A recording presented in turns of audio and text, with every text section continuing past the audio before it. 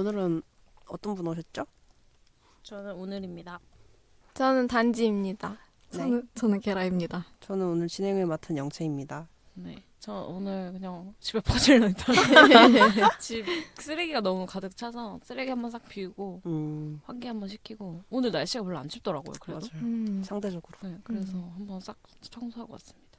요새 너무 추워가지고 저 어제 집 보일러 고장 났었어요. 어머, 거기가 얼어가지고 대박. 그럼 온수도 안 나오는 거 아니에요? 온수는 나오더라고요. 온수는 나오는데 난방만 안 돼가지고. 그래도 천만 다행이네요. 그러니까. 저는 그 물 얼까봐 수도가 얼면은 뜨신 물 안 나오잖아요. 네.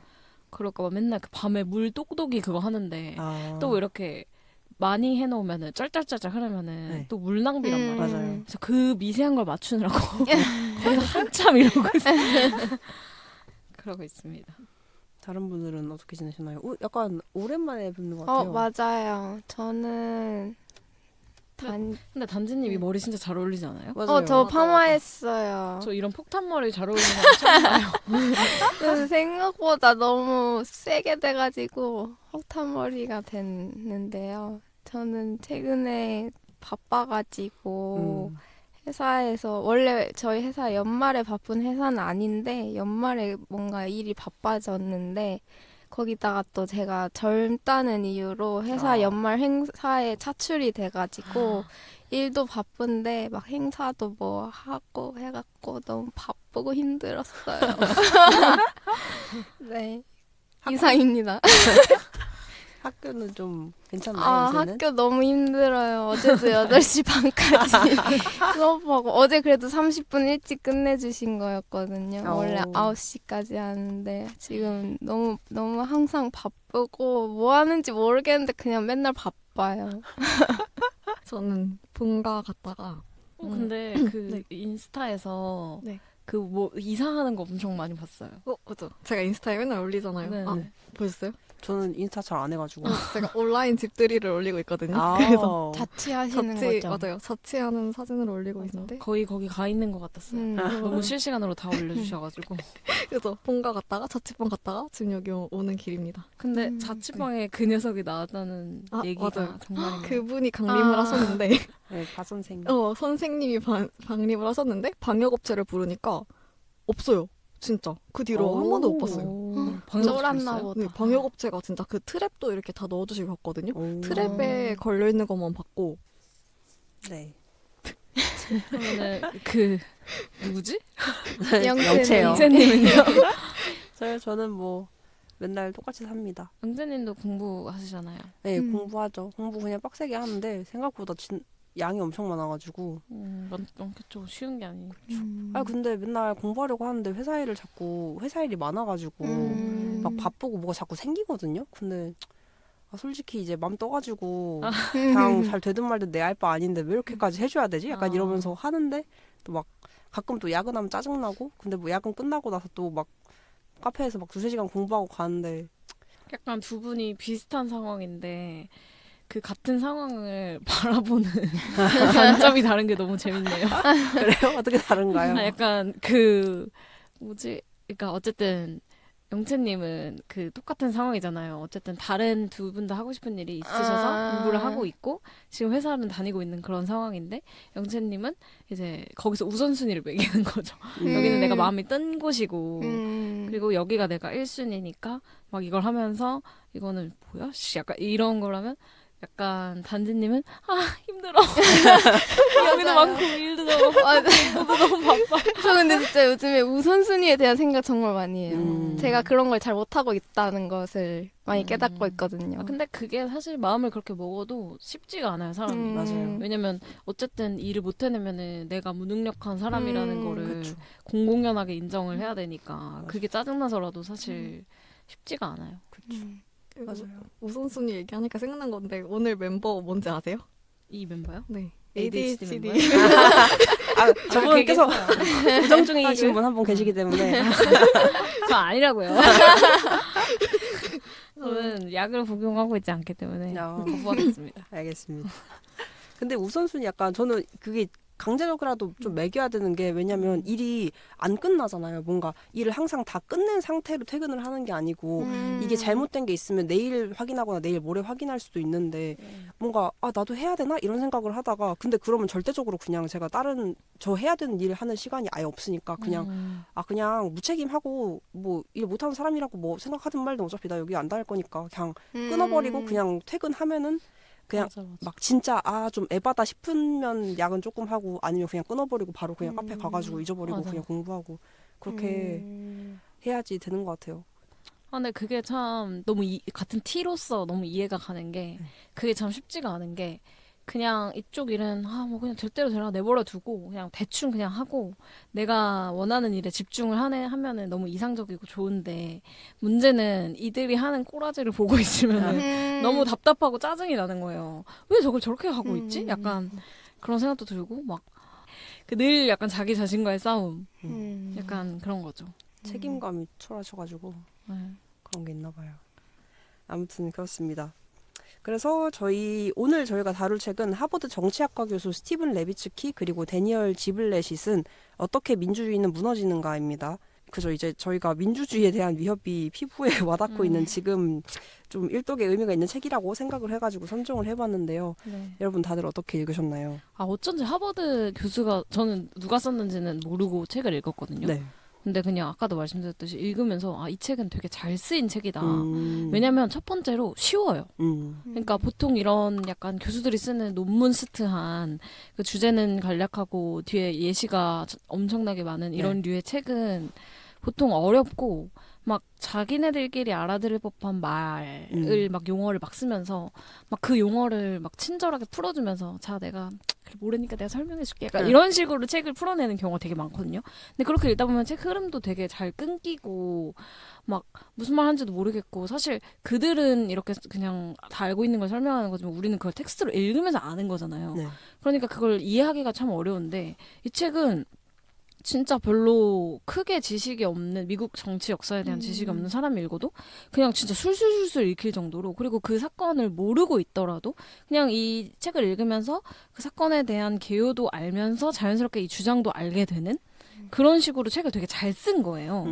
그래가지고 일부러 저자가 누군지 안 찾아봤어요. 근데 안 찾아보면서 그냥 진짜 잘 썼다. 진짜 잘 쓰고 진짜 똑똑한 사람이 쓴 책인 것 같다라고 생각을 했었어요. 왜냐면 진짜 똑똑한 사람들이 과시 욕구가 없거든요. 자기 똑똑한 거 너무 맞아. 잘 아니까 막 책에서 그걸 굳이 뽐내려고 하지 않는단 말이에요. 그냥 나는 내 주장을 합리적으로 이해시키는 게 중요할 뿐. 근데 꼭 그런 게 부족한 사람들이 이제 막 거기다가 막 책을 어렵게 만들어가지고 사람을 힘들게 만든단 말이에요. 근데 이제 이 책은 그렇지 않아서 되게 읽으면서도 시간이 조금 더 있었으면 좀 더 많이 다 읽고 왔을 텐데라고 생각을 했습니다. 그래서 되게 저는 좋은 책이라고 생각했어요. 이 책이 원래 그냥 뭐 학술서나 뭐 대중서로 쓰자 이렇게 막 생각을 하고 쓴 책이 아니라 뉴욕타임즈의 그 칼럼을 쓴 거를 연재한 거를 책으로 만든 거여서 좀 더 그럴 수도 있겠네요. 다른 분들 어떠셨나요? 저도 재밌게 읽었어요. 재밌었고 저는 약간 근데 그냥 개인적으로 이거는 아쉽다고 하기엔 좀 애매하지만 너무 미국 얘기만 있어. 그쵸. 맞아. 그러니까 물론 이분들이 미국이니까 이분들 입장에서는 당연한 건데 한국인인 저의 입장에서는 뭔가 한국에 대한 얘기도 그리고 꼭 보니까 좀 남미나 유럽이나 이런 데 얘기는 그래도 좀 곁들이는데 아시아에 대한 얘기는 거의 없어가지고 왜 아시아 정치에 대해서는 굳이 한국이 아니더라도 아시아도 되게 살펴볼 사례가 많은데 왜 아시아 사례는 넣지 않았을까? 그게 좀 아쉬웠던 것 같아요. 근데 전반적으로는 되게 재밌게 읽었어요. 뭐 말레이시아 얘기만 조금 나오고 아시아 국가 얘기는 거의 안 나왔던 것 같긴 해요. 거의. 되게 좋은 지적인 것 같아요. 맞아. 저도 재밌게 읽었는데 이 쉽게 풀어서 썼다는 말에 되게 공감하는 게 제가 이거 읽기 전에 마이클 샌델이라는 분이 쓴 당신이 모르는 민주주의라는 책을 읽었거든요. 이거 보시면은 표지도 똑같아요. 아이고 보이세요? 그러네요. 그 빨간색이랑 하얀색을 같은 줄 디자이너가 똑같죠? 그렇죠. 빨간색, 하얀색, 너무 검정색이 복붙 아니에요? 그래가지고 저는 이 책을 샀는데 이거 사가지고 딱 받았는데 너무 똑같아가지고 뭐지? 이러고서는 되게 놀랐거든요. 근데 이거는 이 마이클 샌델이 쓴 책은 상대적으로 조금 어려웠다고 생각을 했거든요. 왜냐면 진짜 이거는 여긴 그래도 페루 얘기도 나오고 막 그러잖아요. 남미 얘기도 나오고 한데 이거는 진짜 100% 미국 얘기밖에 없어요. 거의 미국의 역사 교과서거든요. 근데 이 책은 그래도 좀 다른 남미 얘기도 나오고 하고 좀 되게 한 가지 주제에 대해서 되게 계속 풀어서 설명하고 이거 이해했어? 이거 괜찮아? 이 정도면 될까? 이거 이렇게 독자랑 소통하는 느낌이 조금 들어서 이게 조금 쉽다는 의견에 좀 공감을 했습니다. 저도 되게 즐겁고 역시 아시아가 안 나왔다는 부분은 맞아요. 이상했어요. 여기 막 대놓고 나오잖아요. 헌법 부분 읽어보면 막 필리핀이나 뭐 어떤 나라들은 미국의 헌법을 거의 똑같이 복사했는데도 불구하고 맞아. 이렇게 했으면 미국이랑 헌법이 똑같으니까 좀 정치 상황도 그렇고 뭐 좀 겹치는 부분이 많을 텐데 뭐 민주주의가 붕괴된 나라가 얼마나 많은데 맞아요. 그런 부분은 다 소거하고 정말 순수하게 서양 중심적으로만 맞아요. 저도 그 부분 다 공감합니다. 그런 예시가 있었으면 더 재밌었을 것 같긴 해요. 저희는 동아시아 사니까 동아시아 그 정치가 되게 다르잖아요.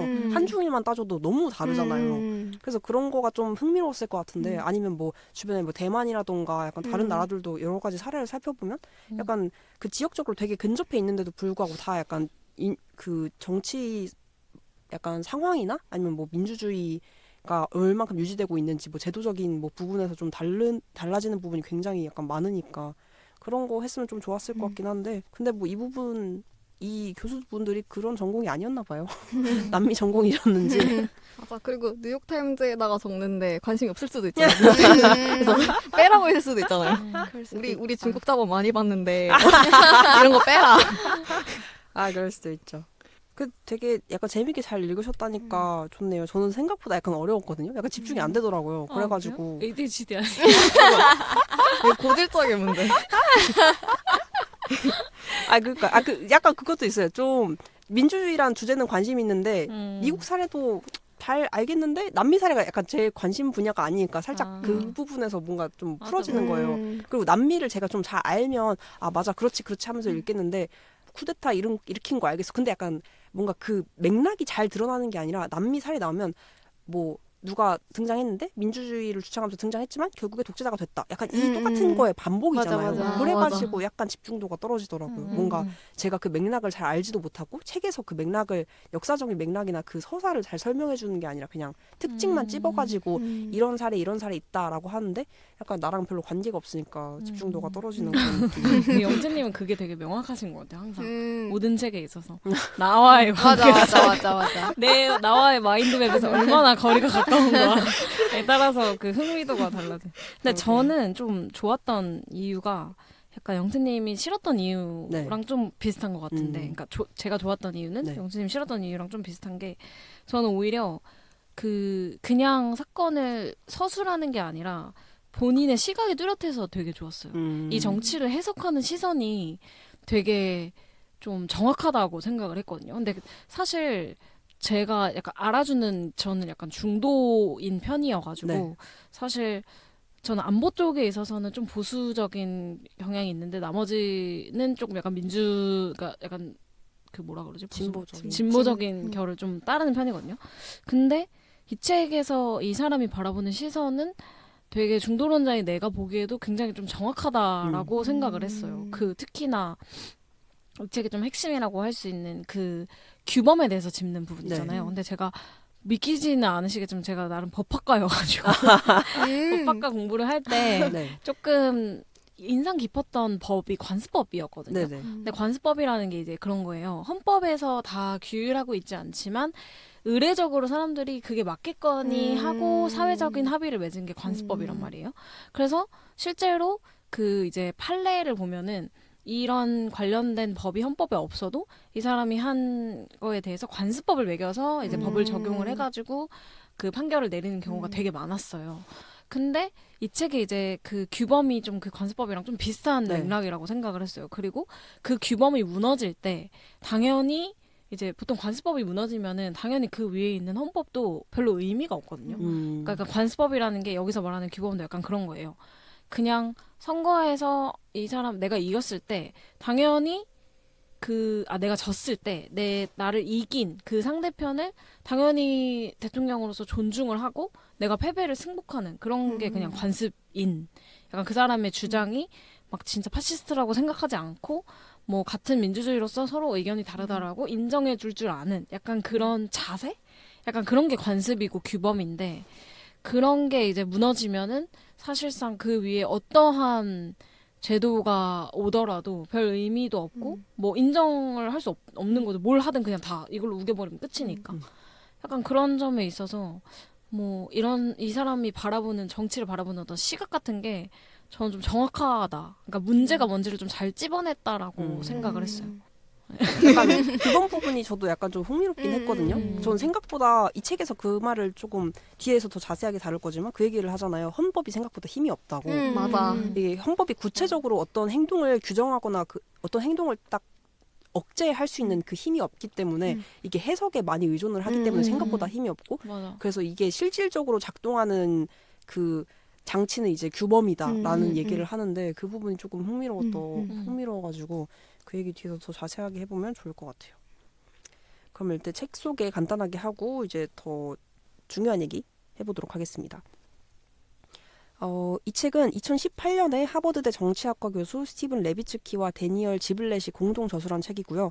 현대 민주주의의 위기와 그 위기의 원인 그리고 극복 방안에 대해서 깊이 있게 논의를 하고 있습니다. 이 책은 이 쓰여진 시기가 좀 중요한데 이게 트럼프 당선 이후에 이제 쓰인 책이에요. 이 트럼프가 당선되고 나서 이제 민주주의의 위기를 경고하는 이 두 저자가 칼럼을 썼는데 그 칼럼을 책으로 출판한 결과물입니다. 그래서 이 저자들은 전 세계 민주주의의 붕괴 패턴을 연구하면서 공통적인 경고 신호들을 찾아냈는데요. 이 책은 단순히 미국뿐만이 아니라 전 세계적인 맥락에서 민주주의의 위기를 조명하고 있습니다. 책의 핵심 메시지는 간단하고요. 이 책 전체에서 이 핵심적인 메시지를 조금 더 약간 변주해가면서 설명을 하고 그거에 근거를 덧붙이는 방식으로 쓰였습니다. 이 메시지는 이제 오늘날 민주주의는 외부의 적이 아닌 내부에서 투표장에서 붕괴하고 있으며 이를 막기 위해서는 헌법 같은 제도뿐만이 아니라 상호 관용 그리고 제도적 자제라는 규범이 필요하다는 점인데요. 이제 책에서 다루는 주요 주제들을 하나씩 먼저 다뤄보도록 할게요. 이제 책의 처음 부분에서는 이런 민주주의가 붕괴하는 원인으로 극단주의자의 부상과 이를 저지하는 정당의 힘이 약화되고 있다라는 점을 지적을 하고 있습니다. 이제 저자들은 극단주의 포퓰리스트들이 권력을 잡는 데 성공한 원인으로 정당의 약화를 꼽고 있는데요. 특히 정당이 게이트키퍼, 문지기 역할을 해야 되는데 그 역할이 사라지면서 민주주의를 위협할 수 있는 인물이 정치의 중심으로 진입할 수 있게 되었다고 분석을 합니다. 이제 미국의 프라이머리 제도를 통해서 이를 설명하는데요. 프라이머리란 간단히 말하면 경선 같은 거죠. 각 당의 지역 조직에서 자기 당의 대통령 후보를 선출하는 방식인데 기존에는 이게 조금 흥미로운 점이 기존에는 좀 이 프라이머리가 당의 간부 위주로 진행이 되었다고 해요. 되게 폐쇄적으로 이제 호텔 방문을 딱 닫고 자기들끼리 그냥 담배 연기 자욱한 그 방에서 그 후보들을 놓고 토론을 하는 거죠. 이런 과정으로 진행이 되었다가 점차 개방적인 방식으로 변형이 돼서 현재 제가 확인해 본 바로는 일부 주에서는 이제 무당파 유권자나 아니면 다른 당의 당원도 예를 들면 민주당의 프라이머리에 공화당 당원이 참가도 할 수 있다고 하더라고요. 이런 방식으로 점점 개방적으로 변형이 됐는데 오히려 이런 민주주의 방식으로 프라이머리가 진행된 게 민주주의를 저해하는 결과를 낳았다라고 합니다. 왜냐하면 이 기존에는 당의 간부 위주로 진행이 되니까 위협적인 인물을 제거를 하는 거예요. 뭔가 약간 자기네들이 이렇게 억제하거나 조절할 수 없는 것 같은 인물, 뭔가 좀 기존의 당의 원칙이나 아니면 기존 정치 원칙에서 크게 벗어난 인물을 뭐 대통령 후보 같은 걸로 뽑지 않는 경향이 있었는데 이제 점차 좀 국민들의 의견, 그러니까 이 당의 간부가 아니라 뭐 일반 유권자들 아니면 심지어 그 당에 소속되지 않는 사람들의 의견까지도 들으면서 그러면 이제 점차 이제 포퓰리스트가 뽑힐 가능성이 높아지잖아요. 그러면서 좀 당이 좀 게이트키퍼 역할을 하는 게 조금 더 약화됐다라는 식으로 설명을 합니다. 그러면 이 점에 대해서 이 부분에 대해서 어떻게 생각하시는지가 좀 궁금했어요. 이제 현재 한국에서는 그리고 뭐 한국이 아니라 미국이나 지금 뭐 현재 정치 상황에서 정당이 극단주의자를 걸러낸 역할을 할 책임이 있다고 보는지 그리고 만약에 책임이 있다면 이 정당 구조에서 그 역할을 제대로 하고 있다고 보는지가 좀 궁금했거든요.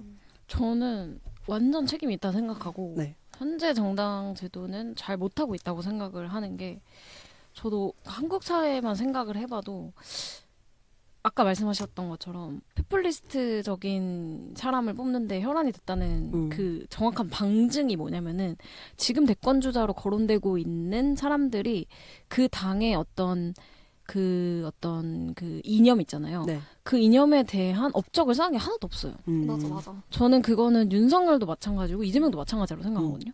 그러니까 물론 윤석열보다는 이재명이 그래도 훨씬 더 낫기는 해요. 네. 왜냐면 이재명은 갑자기 기본 정책, 기본소득? 네, 기본소득부터가 민주당에 가까운 확실히 진보 쪽이긴 했으니까. 근데 그것도 뭔가 지금의 민주당과는 조금 더 거리가 있는 정책, 그러니까 조금 더 오히려 당의 색깔로 봐서는 좀 더 정의당 쪽이나 이런 쪽으로 좀 더 가깝지 않나 이렇게 생각을 했었고, 그리고 이제 윤석열 같은 경우에는 아예 없죠. 사실 이 사람은 보수에서 이 사람 받아들였다는 것 자체가 보수의 자멸을 그냥 전 촉진했다고 생각을 해요.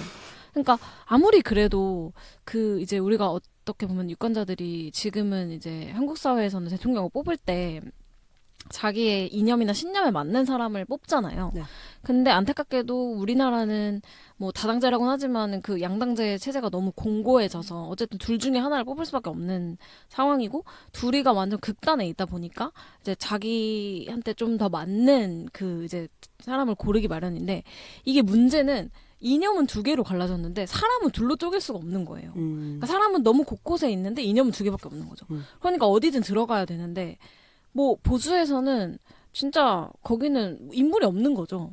내가 봐도 인물이 없어. 그냥 윤석열이 아니었으면은 대권주자 내놓지도 못해요. 그러니까 이제 뭐 사실 윤석열이 어떻게 정치에 입문하게 됐는지를 생각해보면 그 사람 생각해보면 정치에 입문을 한 적도 없고 애초에 논의되었던 것 자체가 문재인 정부 시절에 검찰총장으로 네. 임명이 되면서 좀 인기를 얻게 된 거잖아요. 근데 문재인 대통령이 다른 사람도 아니고 어떤 뭐 진보의 좀 저 선봉장 같은 사람이었는데, 사실 그 사람 정권에서 검찰총장으로 등극해서 어떤 국민들의 사랑을 받은 사람이 갑자기 그 보수로 가가지고 대권주자로 출마한다는 것 자체가 저는 정치적인 정당성이 아예 결여됐다고 생각을 하고, 그 자체가 말이 안 되는 행위라고 생각을 하고, 사실 윤석열이라는 사람 자체에 대한 기대는 이미 버린 지 오래됐기 때문에 그건 차치고서라도 저는 보수 정당이 정말 희망이 없다고 생각을 했어요. 그러니까 차라리 진짜 소신 발언을 하자면 차라리 이준석처럼 옆에서 그냥 돌멩이를 쳐 맞더라도 그냥 본인이 가진 이념이, 그 사람은 어쨌든 보수적인 그 뭐라 해야 되지? 그건 있다고 생각해요. 통일성은 있다고 생각했거든요. 그 주장을 하는 게 다 보수잖아요. 그러니까 그게 좋다 싫다를 떠나서 어쨌든 하나부터 열까지 얘기하는 게 다 보수니까, 그런 사람이 보수의 대표가 됐으면은 어쨌든 국민들 입장에서는 보수를 지지하는 사람은 그냥 그 사람 뽑으면 되니까 그렇게 이제 나뉘는 게 그래도 맞는데, 그게 아니라 정치적인 좀 뭐랄까 쌓아놓은 업적도 없고 그 정당에 들어갈 이유도 없고 뭐 당위성도 없고 정당성도 없고 이런 사람이 이제 보수 정당이 됐다는 것 자체가 아까 말씀하신 질문으로 돌아가서 뭐 거르는 역할 하나도 없는 게 맞는 거고, 그리고 뭐 사실 우리나라는 민주주의 국가니까 당연히 국회의원은 국민을 대변하는 사람들이고, 국민을 대변을 했으면은 당연히 우리나라의 그 통수권을 뽑는 데 있어서 자기들이 당연히 1차적으로 리트머스 역할을 해야 되는 게 당연한 거잖아요. 그거는 누가 거기에 반기를 들 수 있겠어요. 우리나라가 사회주의가 아닌 이상. 근데 그 역할을 당연히 못하고 있다고 생각을 해요. 너무 포퓰리스트적인 사람들을 뽑는 경향이 있고, 저는 이재명도 그 정치적 성향을 따지면은 지금 민주당에 있을 사람은 아닌 것 같아요. 그리고 그 사람이 얘기하는 그런 거나 이런 가치들이 훨씬 더 조금 더 진보적인 쪽으로 가야 맞다고 생각하고, 거기서 이제 표를 얻어서 되는 게 맞다고 생각하는데, 어떻게 보면은 그 사람도 좀, 그니까 뭐라 해야 되지? 좀 메이저인 그룹에 들어간 거죠. 자기의 어떤 정치적인 정당성보다는 메이저를 선택을 한 거죠. 그래서 참 대통령이 되기 위해서 이제는 우리나라는 정당이고 뭐고 없구나. 이념은 더 이상 의미가 없구나. 라는 걸 생각하게 만든 게 지금의 정치 상황인 것 같아요. 한국의 정치 상황. 그러면 그 제가 의해한 바로는 그러면 그 정당에서 나온 후보는 정당을 대변해야 된다고 생각하시는 거죠? 네. 음. 근데 사실 우리나라 정당제 자체가 엄청 그게 고질적인 문제인 거는 맞는 것 같아요. 너무 양당제고 그렇죠. 그 중간에 어떤 사실 이게 저처럼 그런 사람도 있을 수 있잖아요. 어떤 부분에서는 진보적인 거를 하지만 어떤 부분에서는 보수적인 걸 좀 하는 사람도 있고 그러면은 사실 이렇게 좀 따져봐야 되는데 뭐 어느 순간 좀 그런 신념이 보이던 사람들도 정당에 들어가서 이제 좀 그 대통령이 되기 위한 그 절차가 있잖아요. 그 어떻게 보면 그 스텝이라고 해야 되나? 뭐 당에 뭐 총수가 되고 거기서 뭐 이게 되고 의장이 되고 뭐 이렇게 하는 절차를 밟으면서 그런 개인적인 그런 게 싹 사라지는 거예요. 싹 사라지고 그냥 어느 순간 그 정당의 앞잡이처럼 되어버리는 그런 거 자체가 문제기는 하지만 사실 뭐 그러면은 이미 그렇게 너무 이게 엄청 옛날부터 이 뿌리 내린 양당제를 뭐 어떻게 대처할 그것도 없고 그리고 사실 양당제가 우리나라가 대통령제라는 측면에서 봤을 때 대통령이 된 사람한테 힘을 실어주기 위해서는 양당제라는 체제가 제일 좀 효율적이긴 한 것 같아요. 왜냐면은 큰 두 개의 권력이 있어야 이 중에서 하나가 대통령이 됐을 때 이 사람이 어떤 법안을 내거나 어떤 정책을 하더라도 힘을 실어줄 수 있잖아요. 한쪽에서.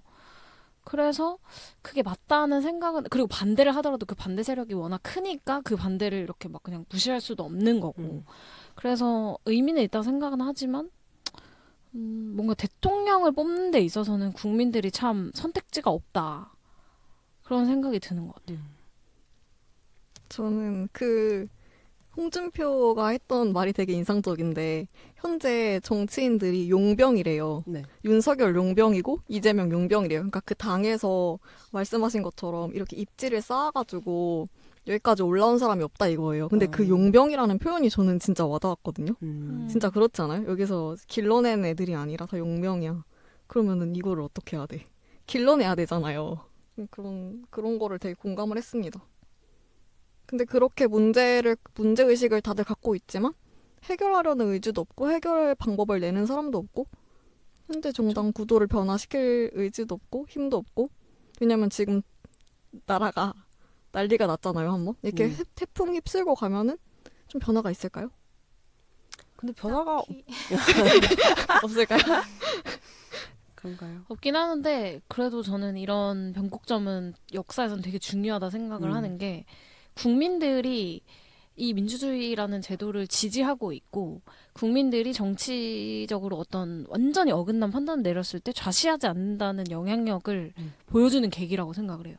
그러니까 우리나라가 만약에 정말로 국민성도 없고 막 진짜 완전 개인주의로 가가지고 막 나는 뭐 나라가 좆되든 말든 뭐 난 상관없어 이렇게 되면은 이제 이런 일이 일어나도 뭉치지를 않겠죠. 근데 우리나라 사람들은 아직까지 이런 일이 일어났을 때 뉴스를 챙겨보고 뉴스 시청률이 역대를 네. 찍었잖아요. 맞아. 그러니까 챙겨보고 이 사람이 어떤 지금 짓거리를 하는지를 지켜보고 그리고 어떤 그게 선을 넘었을 때 광장으로 나간다는 거 자체가 오히려 그러니까 오히려가 아니라 진짜 엄청 저는 중요한 행위라고 생각해요. 민주주의를 지키는.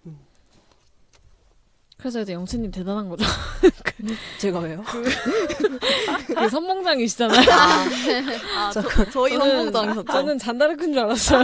아니 저 그때 나가고 그 뒤로 계속 공부한다 못 갔기 때문에 딱히 그때가 별로. 중요했죠. 사실은 그 궤도까지 올려놓는 게 정말 중요한 거잖아요. 맞아요. 그래야 이제 다음 스텝에서도 국민들 눈치를 좀 보는 거고. 사람인 이상 어떻게 눈치를 안 볼 수 있겠어요. 이제 그쵸. 현재에서도 눈치를 보겠죠. 그게 좀 중요한 것 같더라고요. 저는 예전에 그런 얘기가 있었는데 그 사람들이 어른들이 어떻게 정치인 이름 다 아는지가 저는 좀 누구 예를 들면 뭐 정청래 뭐 어쩌고 네, 정청래가 어쩌고 누가 어쩌고 막 뭐 윤상현이 어쩌고 그러니까 막 맨날 어른들은 누구누구 이라고 하잖아요. 이준석이 막 이재명이 막 윤석열이 막 이렇게 지칭을 하는데 뭐 누구누구 이름을 말하면서 뭐 누가 어쨌네 저쨌네 하는 말 할 때마다 뭐 어떻게 저렇게 다 알지? 그렇게 재밌나? 약간 이렇게 이렇게 하고 말하는데 지금 보니까 이름을 모를 수가 없는 거죠. 맞아. 막 맞아. 헛짓거리 하는 사람 있으면은 그 사람 이름 막 대가면서 막 유튜브에 댓글 쓰고 막 맞아. 누구 장난하냐, 미쳤냐, 뭐 국민들 지켜보고 있다 막 이런 거 엄청 쓰고 사람들이 그런 거 보면서 아, 정치가 개판이어가지고 어른들이 그렇게 정치인 이름을 잘 알았구나 싶고 그러더라고요. 맞아요.